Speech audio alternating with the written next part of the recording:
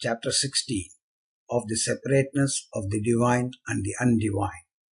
Krishna, fearlessness, singleness of soul, the will always to strive for wisdom, opened hand and governed appetites, and piety, and love of lonely study, humbleness, uprightness, heed to injure not which lives, truthfulness, slowness unto wrath, a mind that lightly letteth go what others prize, and equanimity and charity, which spieth no man's faults, and tenderness towards all that suffer, a contented heart, fluttered by no desires, a bearing mild, modest, and grave, with manhood nobly mixed, with patience, fortitude, and purity, an unrevengeful spirit, never given to rate itself too high.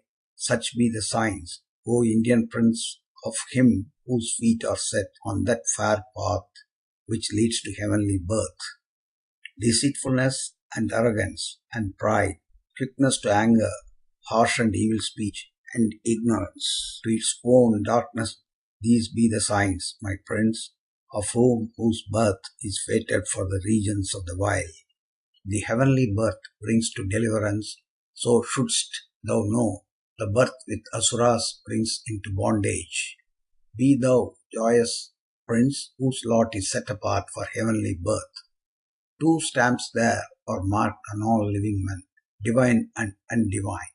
I spake to thee, by what marks thou shouldst know the heavenly man. Hear from me now of the unheavenly.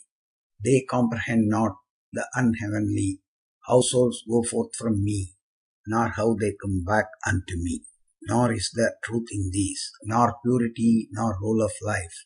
This world hath not a law, nor order, nor a lord, so say they, nor hath risen up by cause, following on cause, in perfect purposing, but is none other than a house of lust.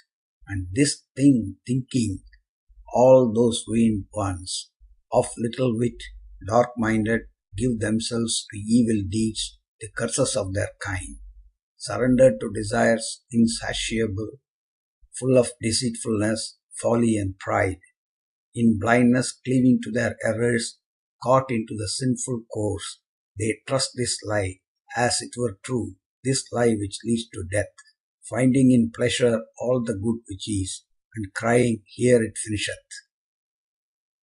Ensnared in nooses of 100 idle hopes, slaves to their passion and their wrath, they buy wealth with base deeds to glut hot appetites.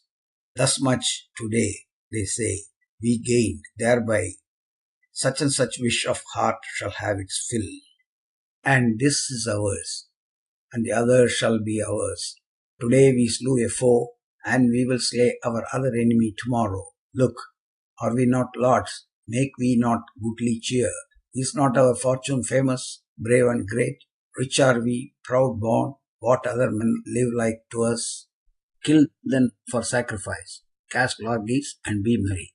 So they speak, darkened by ignorance, and so they fall, tossed to and fro with projects, tricked and bound, in net of black delusion, lost in lust, down to foul Naraka, conceited, fond, stubborn, and proud, dead drunken with the wine of wealth, and reckless, all their offerings have but a show of reverence, being not made in piety of ancient faith.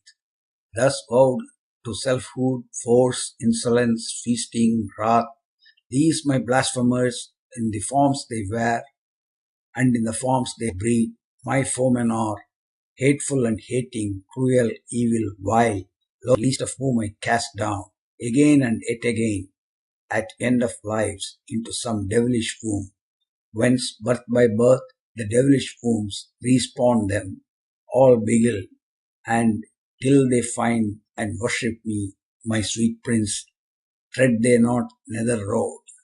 The doors of hell are threefold, whereby men to ruin pass, the door of lust, the door of wrath, the door of avarice. Let a man shun these three. He who shall turn aside from entering all those three gates of Narak, wendeth straight to find his peace, and comes to Swarga's gate. Here endeth chapter 16 of the Bhagavad Gita, entitled Deva Sahasopad Vibhaga Yog, or the Book of the Separateness of the Divine and Undivine. End of chapter 16 of the Bhagavad Gita.